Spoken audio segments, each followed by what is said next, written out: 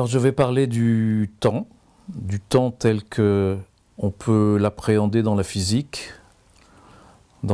moderne. Et en fait, je vais essayer de vous montrer que cette notion de temps, elle est à peu près incompatible avec précisément la physique actuelle et peut-être encore davantage avec la physique du futur. Et cette notion de temps, il faut déjà savoir qu'elle a été introduite dans la physique au XVIIe siècle par Newton, et ça a été un des éléments de la réussite de cette physique newtonienne, une réussite qui est tout à fait exceptionnelle, puisque de la fin du XVIIe siècle jusqu'à la charnière XIXe-XXe siècle, cette physique a été de réussite en réussite. Donc on peut dire que le succès de la physique, du moins dans ses premiers siècles d'existence, que les succès de la physique sont dus à l'introduction du temps par Newton. Pas seulement, bien entendu, mais Newton, pour faire de la physique, introduit un cadre précis, et ce cadre précis, dans lequel vont se dérouler les phénomènes, il se constitue de l'espace et du temps, et ce qu'on appelle, si vous voulez, l'univers newtonien dans ce cas-là, et c'est au sein de ce cadre que se déroulent les phénomènes, et c'est dans ce cadre-là que l'on arrive à établir des lois auxquelles obéissent ces phénomènes, ces processus, et l'ensemble de ces lois que l'on énonce, avec les concepts qui vont avec, c'est ça qui constitue la physique.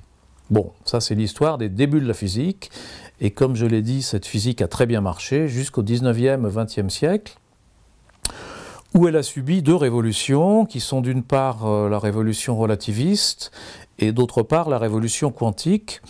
Et aujourd'hui, on va plutôt parler de la révolution relativiste, puisque c'est elle qui s'intéresse davantage à la notion de temps, qui remet en question cette notion de temps d'une manière que nous allons examiner, alors que la physique quantique, finalement, s'accommode assez bien de la notion de temps telle que l'envisage la physique newtonienne.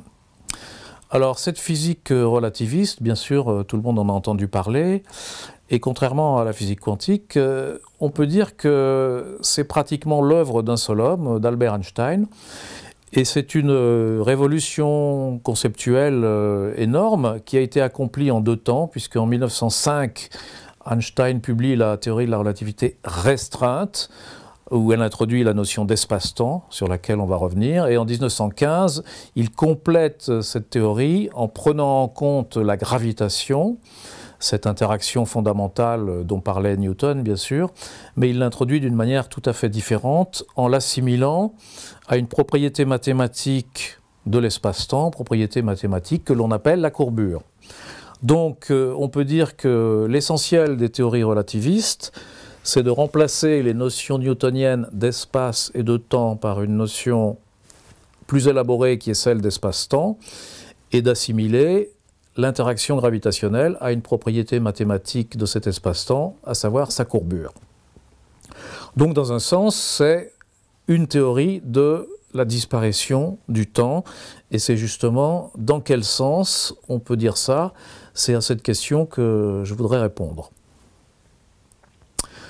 Alors, tout ça est venu petit à petit chez Einstein, bien sûr, et on peut dire que, bien entendu, c'était un peu dans l'air à la charnière du 19e et du 20e siècle, pour plusieurs raisons, notamment à la suite de la découverte que la vitesse de la lumière est toujours constante. C'est quelque chose d'assez surprenant dans le cadre de la physique du 19e siècle, puisque, comme l'avait dit Galilée, comme l'avait dit Newton, il semble que les vitesses aient la propriété de se composer en s'additionnant.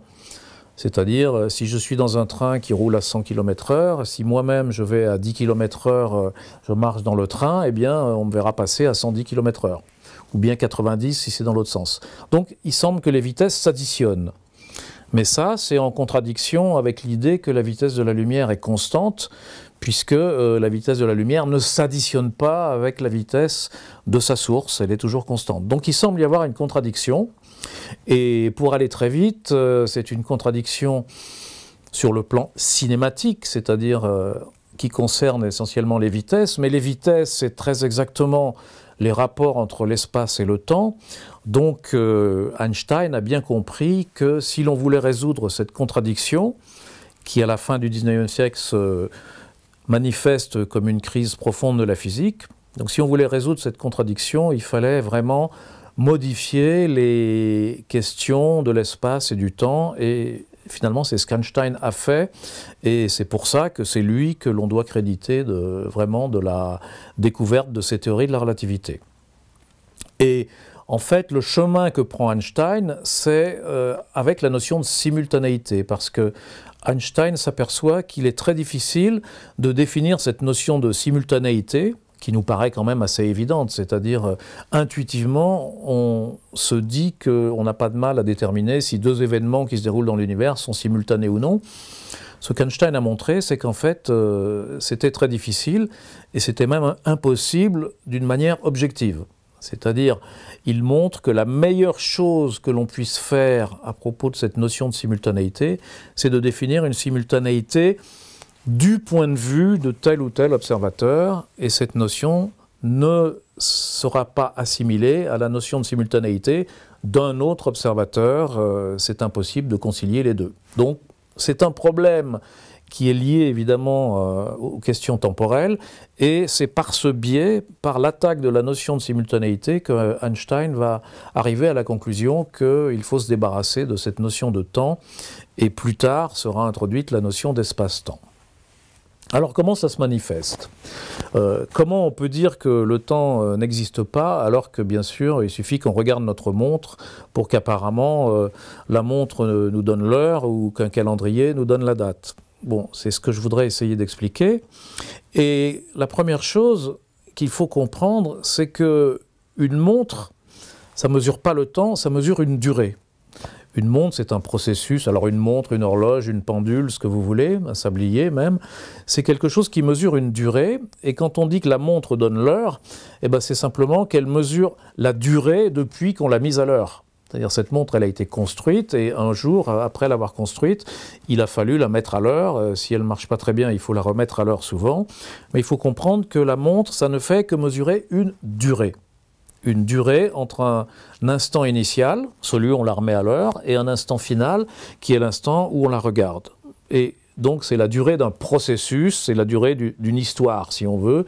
Cette histoire qui commence par l'événement initial et qui se termine par l'événement initial.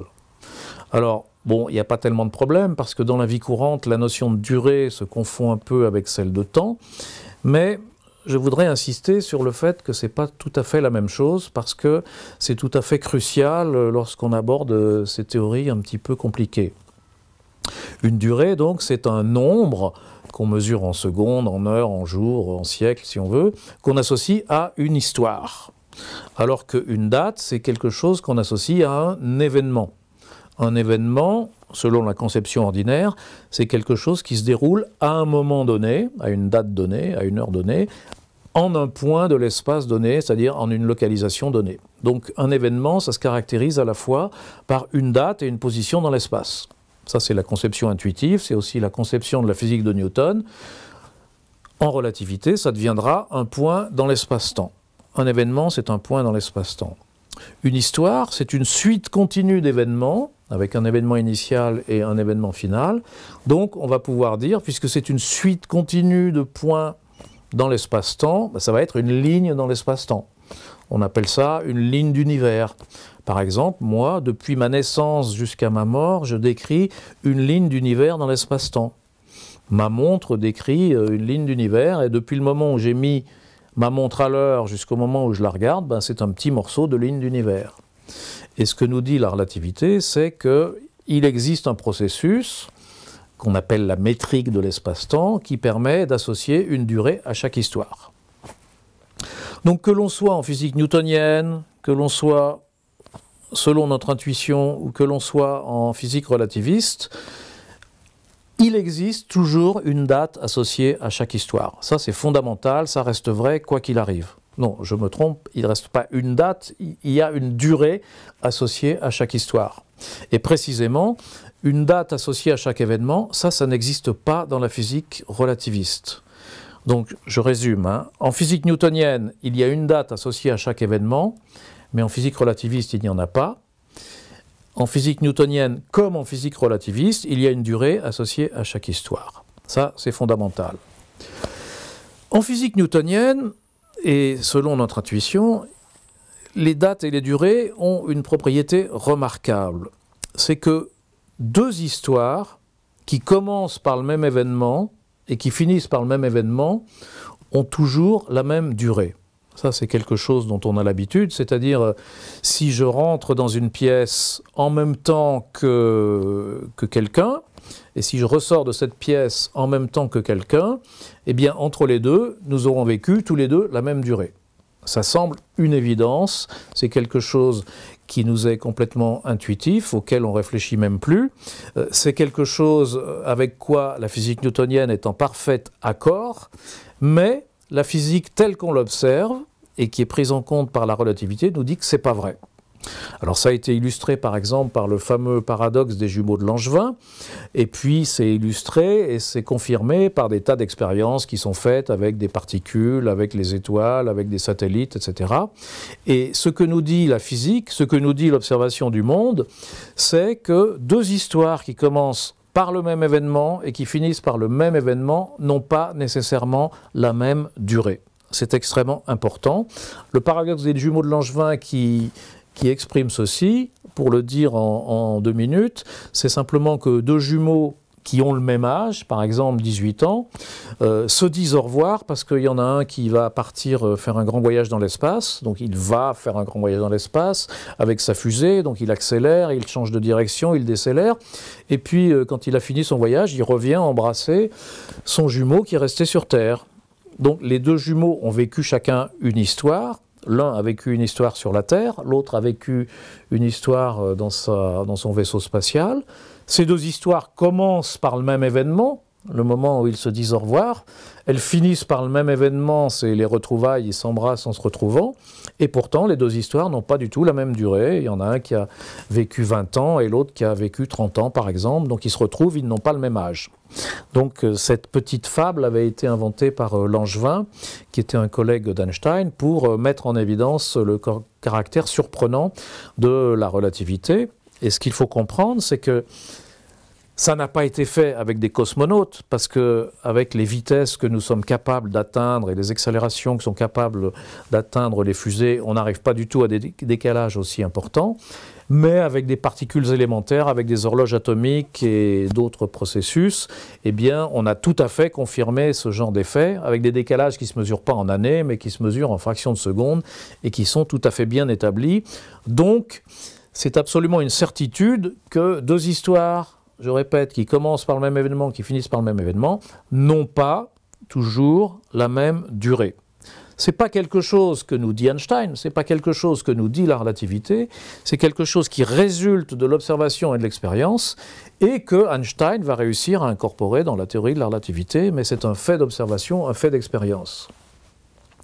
Alors, la belle construction du temps qu'il y a en physique newtonienne, elle s'écroule un peu parce que, justement, si vous êtes dans le cadre de la physique newtonienne, si toutes les histoires qui commencent et qui finissent par le même événement ont la même durée, c'est très facile, on va dire cette durée, c'est le laps de temps qui s'est écoulé entre les deux événements. C'est-à-dire, si je rentre dans la pièce et que je ressors 1 heure plus tard, je sais que pour tous les gens qui seront rentrés en même temps que moi et sortis en même temps que moi, ça sera la même chose. Toutes les histoires ont la même durée, et je vais pouvoir dire, cette durée, c'est le laps de temps, l'intervalle de temps qui s'est écoulé entre l'entrée et la sortie, qui est le même pour tout le monde. Donc il n'y a aucun problème dans ce cas-là pour définir le temps à partir des durées, puisque toutes les durées coïncident. Mais si on est dans une situation où les durées ne coïncident plus, c'est-à-dire on est rentré en même temps dans la pièce, on est sorti en même temps, pour moi c'est écoulé 1 heure, et pour mon collègue c'est écoulé 55 minutes, l'écoulement du temps c'est quoi? C'est 60 minutes ou c'est 55 minutes? Ou bien c'est 40 minutes parce que pour un autre se sont écoulées 40 minutes. Donc il n'y a pas moyen de définir un écoulement du temps. Et il n'y a pas moyen, et Einstein a montré que vraiment, il n'y a pas moyen, même en cherchant des astuces, tout ce qu'on voulait. Et bien plus, les notions qui sont liées au temps ne peuvent pas exister, parce que si on a du temps, si on a des dates par exemple, si on arrive à dater les événements, Bon, bah, c'est facile de se dire, est-ce que deux événements ont ou non la même... Est-ce qu'ils sont ou non simultanés? Pour répondre à cette question, il suffit de savoir s'ils ont la même date ou pas. Donc, ce n'est pas forcément facile de savoir si deux événements sont simultanés ou non, de savoir s'ils ont la même date, mais en tout cas, en principe, ils ont chacun une date, donc ou bien la date est la même, ou bien non, donc ou bien ils sont simultanés, ou bien non. C'est l'un ou l'autre, mais la question est bien posée, elle a une réponse, peut-être difficile à obtenir, mais cette réponse existe. Or, ce qu'a montré Einstein, c'est que s'il y a deux événements qui se déroulent, par exemple une supernova qui explose quelque part et puis une comète qui s'écrase sur une planète d'un autre côté, eh bien, ces deux événements, on doit pouvoir savoir si oui ou non ils sont simultanés. Ça, c'est ce que nous dit la physique newtonienne. Et ce qu'Einstein a montré, c'est que si j'applique la procédure qui me permet de savoir si deux événements sont simultanés ou non, on appelle ça la procédure d'Einstein parce que Einstein a un peu codifié la manière dont on peut tester si deux événements sont simultanés ou non. Donc si on applique cette procédure, eh bien on va trouver un personnage, un observateur ou un autre vont trouver des résultats différents. Par exemple, je vais trouver que les deux événements sont simultanés. J'ai un collègue qui va trouver que la supernova explose avant l'écrasement de la comète et un autre collègue qui va trouver l'inverse. Et il n'y a pas moyen de se mettre d'accord, il n'y a pas moyen de dire, il y en a un qui finalement a plus raison que les autres parce que c'est totalement subjectif. Donc la notion objective de simultanéité n'existe pas. Or, si les événements avaient une date, la notion de simultanéité objective existerait forcément, puisqu'il suffit de savoir si les événements ont la même date ou non. Donc le fait que la simultanéité n'existe pas, comme l'a montré Einstein, implique que la date ne puisse pas exister. Et comme les durées ne sont pas non plus, ne coïncident pas pour des histoires vécues différemment entre deux événements donnés, eh bien la notion de durée existe, mais pas la notion de temps, pas la notion de datation. Donc, alors on pourrait évidemment parler de beaucoup d'autres choses, on pourrait parler de la causalité, puisque la causalité c'est ce qui permet de décider si un événement est la cause possible d'un autre, et en physique newtonienne en fait c'est assez simple, puisque la causalité en gros c'est l'antériorité, c'est la chronologie. C'est-à-dire quand on est dans la physique ordinaire, on va se dire un événement est la cause possible d'un autre s'il s'est déroulé avant, puisque l'effet succède chronologiquement à la cause. Donc dans la physique newtonienne, et à peu près selon notre intuition, chronologie et causalité, c'est à peu près la même chose. Bon, en physique relativiste, pas du tout. En physique relativiste, c'est pas du tout la même chose, parce qu'il y a une structure causale de l'espace-temps, je ne veux pas rentrer ici dans les détails, mais qui n'est pas du tout identique à la chronologie, pour la bonne raison qu'il n'y a pas de chronologie. Alors, dans certains cas, on peut plus ou moins établir une chronologie partielle, mais elle ne coïncide pas avec la causalité. Donc, encore une fois, je ne veux pas rentrer dans les détails, mais c'est pour dire que quand on parle de temps dans la vie courante, dans la physique, il y a des tas de notions qui sont liées au temps. Hein, la notion de simultanéité, d'antériorité, de chronologie, la notion de durée, la notion de causalité. Et tout ça, dans la physique newtonienne, tout ça est associé, c'est-à-dire une durée, c'est un intervalle de temps, la causalité, c'est à peu près la même chose que la chronologie, laquelle est établie par les dates. Les datations, ça veut dire simplement accorder une date, un nombre à chaque événement. Tout ça marche très bien, tout ça coïncide en physique newtonienne et selon notre intuition. Et ce qui se passe, c'est qu'en relativité, tout ça ne coïncide plus. Les datations, il n'y en a pas. Alors, il y a moyen d'en inventer, mais de manière complètement arbitraire. Et de toute façon, si on invente une datation, si on choisit une datation, par exemple ce qu'on appelle le temps universel, c'est une datation qu'on a choisie de manière commode, eh bien, ou bien le temps cosmique qu'on choisit pour repérer les événements cosmiques, bon, c'est quelque chose qui peut être pratique, mais ça n'est pas un temps, contrairement à l'appellation temps universel ou temps cosmique, ça n'est pas un temps, pourquoi ? Parce que ça ne coïncide pas avec la causalité, d'une part, et deuxièmement, ça ne coïncide pas avec les durées. Si vous prenez par exemple la vie d'une étoile qui va commencer, mettons, à 3 milliards d'années du temps cosmique et qui va se finir à 8 milliards d'années du temps cosmique, donc il y a un laps de temps de 5 milliards d'années entre son début et sa fin, entre sa naissance et sa mort, eh bien, la durée de vie de cette étoile ne va pas du tout être 5 milliards d'années, ne va pas du tout être la différence. Donc, le temps cosmique, on peut le définir, et on peut le définir d'une manière qui n'est pas si simple que ça à définir, mais ça ne coïncide pas du tout avec les durées des histoires. Donc ça n'a pas du tout la propriété habituelle du temps. Et même, c'est bien pire parce que, enfin c'est pire, mais le temps cosmique, c'est quelque chose donc, qu'on a inventé, un système de repérage qu'on a inventé, mais qu'il est impossible de mesurer. Vous ne pouvez imaginer aucune mesure qui vous permette d'obtenir le temps cosmique d'un événement. Alors qu'en physique newtonienne, pour savoir quelle est la valeur du temps, quelle est la date, il suffit de mesurer une durée depuis une date qu'on connaît. Et comme la différence de date, la différence de datation, c'est la durée qui s'est écoulée, on mesure le temps à partir des durées. Comme il n'y a plus de coïncidence entre chronologie et durée en physique relativiste, ça devient impossible et il n'y a aucun moyen de mesurer ce qu'on appelle le temps cosmique ou le temps universel. Alors vous allez me dire, bah oui, pourtant je regarde ma montre, elle me donne le temps universel. Bien sûr, mais tout ça est approximatif. Et on peut dire que le temps universel, quand on est dans les approximations de la vie courante, tout se passe bien. C'est-à-dire que dans cette approximation, il a les propriétés de ce qu'on appelle le temps. Et c'est pour ça que pendant 3 siècles, tant qu'on ne faisait pas des mesures trop précises, eh bien, on pouvait faire comme si le temps existait. Et on ne se doutait même pas qu'il n'existait pas. Il a fallu des expériences précises, des horloges atomiques très précises, des objets qui se déplacent à des grandes vitesses, pour qu'on s'aperçoive que la relativité et que le monde réel étaient incompatibles avec l'existence du temps. Par exemple, aujourd'hui, on a des horloges atomiques qui sont très précises, qui s'appellent des fontaines optiques, tellement précises qu'on pense que sur toute la durée de l'univers, c'est-à-dire 13 milliards d'années, elles ne vont pas avancer ou retarder de plus d'une seconde. Et donc, si on prend 2 horloges de ce type-là qui sont synchronisées, eh bien, si on ne bouge pas, elles vont rester synchronisées, évidemment. Mais si on en prend une et qu'on va simplement, lentement, la faire monter en haut du laboratoire, disons à l'étage du dessus, 3 ou 4 mètres plus haut, dans le champ de gravité terrestre, et puis qu'on la ramène, eh bien, elle est désynchronisée.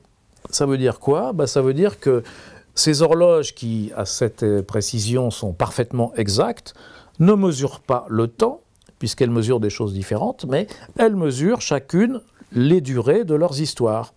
Et donc, entre l'instant où les horloges étaient à côté au départ et l'instant où elles sont de nouveau à côté après qu'on les ait réunies, elles ont vécu des histoires différentes puisqu'il y en a une qui est montée à l'étage supérieur et ces histoires n'ont pas la même durée. La différence va peut-être être 1 milliardième, 2 milliardièmes de seconde, mais avec cette précision, c'est mesurable. Ça veut dire que même à l'échelle d'une pièce, même à l'échelle de quelques mètres, quand on fait des expériences de précision, on ne peut pas accepter l'idée que le temps existe. Donc même à l'échelle d'une pièce d'habitation, en toute rigueur, le temps n'existe pas. Bien entendu, à la précision de la vie courante et même à la précision de nos montres, on ne s'en aperçoit pas. Donc on fait comme si le temps existait. À l'échelle de l'univers, on n'a pas besoin d'une très grande précision non plus. C'est-à-dire quand on parle du temps de vie d'une étoile, on n'est pas à la microseconde près. Donc on fait comme si le temps cosmique existait. Mais il faut faire très attention. Et il y a un autre effet aussi qui est important, c'est que quand on observe quelque chose, eh bien, on observe l'histoire de quelque chose. Par exemple, j'observe une étoile, voilà, j'observe l'explosion d'une étoile, une supernova. Eh bien, c'est quelque chose qui dure un certain temps avec les réactions nucléaires, qui va durer par exemple 1 semaine. Mais quand j'observe, c'est pas la même chose, un événement qui se déroule et moi qui observe cet événement. Autrement dit, l'événement qui se déroule, la supernova qui explose, c'est une histoire. Moi qui observe la supernova, c'est une autre histoire. Et elles n'ont pas la même durée. Et quand on fait le rapport entre les deux, ces 2 durées qui sont différentes, on a quelque chose qui s'appelle le décalage vers le rouge. C'est-à-dire l'explosion d'une supernova qui dure 1 semaine, il se peut très bien que pour moi, il faille 8 jours ou 9 jours, ou au contraire 5 jours, 6 jours pour l'observer. Et entre les deux, il y a ce qu'on appelle un décalage. Donc si pour moi la durée est plus grande, on appelle ça un décalage vers le rouge, et sinon un décalage vers le bleu. Donc voilà, il faut bien comprendre que le temps tel que le définit Newton, le temps tel que nous le considérons dans notre intuition, c'est quelque chose que l'on reconstruit à partir de notions plus élémentaires, que sont en fait les durées. Et les durées, c'est quelque chose qui existe bel et bien, qu'on peut toujours mesurer, qu'on ressent, que l'on éprouve, c'est-à-dire que moi, l'histoire qui m'arrive, je peux mesurer les durées que je perçois avec ma montre, donc physiquement, mais je peux aussi les percevoir intellectuellement. Elles concernent aussi les aspects physiologiques de mon corps, ma digestion, les battements de mon cœur, ma respiration. Donc, ces notions de durée sont parfaitement bien définies et elles ont un sens physique, psychologique, physiologique, etc. Et ça reste vrai en relativité. Mais ce dont on s'est aperçu, donc encore une fois à la charnière 19e, 20e siècle, plutôt début du 20e siècle, c'est que les durées ne coïncidaient pas dans toutes les circonstances, ce qui interdit cette reconstitution qu'on appelle le temps. Donc en toute rigueur, le temps n'existe pas, et le temps ne peut pas exister dans la physique. Le temps en tant que justement reconstitution à partir de toutes les histoires, reconstitution cohérente. Il n'y a pas de reconstitution cohérente possible qui pourrait s'appeler le temps. En revanche, avec une certaine précision qui dépend de la vitesse des objets, de la qualité de nos horloges, qui dépend de beaucoup de choses, de l'éloignement aussi des objets, on peut reconstruire approximativement une notion qui va coïncider avec ce qu'on appelle le temps et qui finalement nous permet d'être fidèles à nos rendez-vous dans la vie courante, d'avoir une vie sociale organisée, de mesurer, d'accorder des dates aux événements, de les mettre en accord avec les durées et finalement de vivre dans la pratique avec cette notion de temps. Mais il faut bien comprendre que c'est une reconstitution, qu'elle est subjective et qu'elle est approximative. Voilà.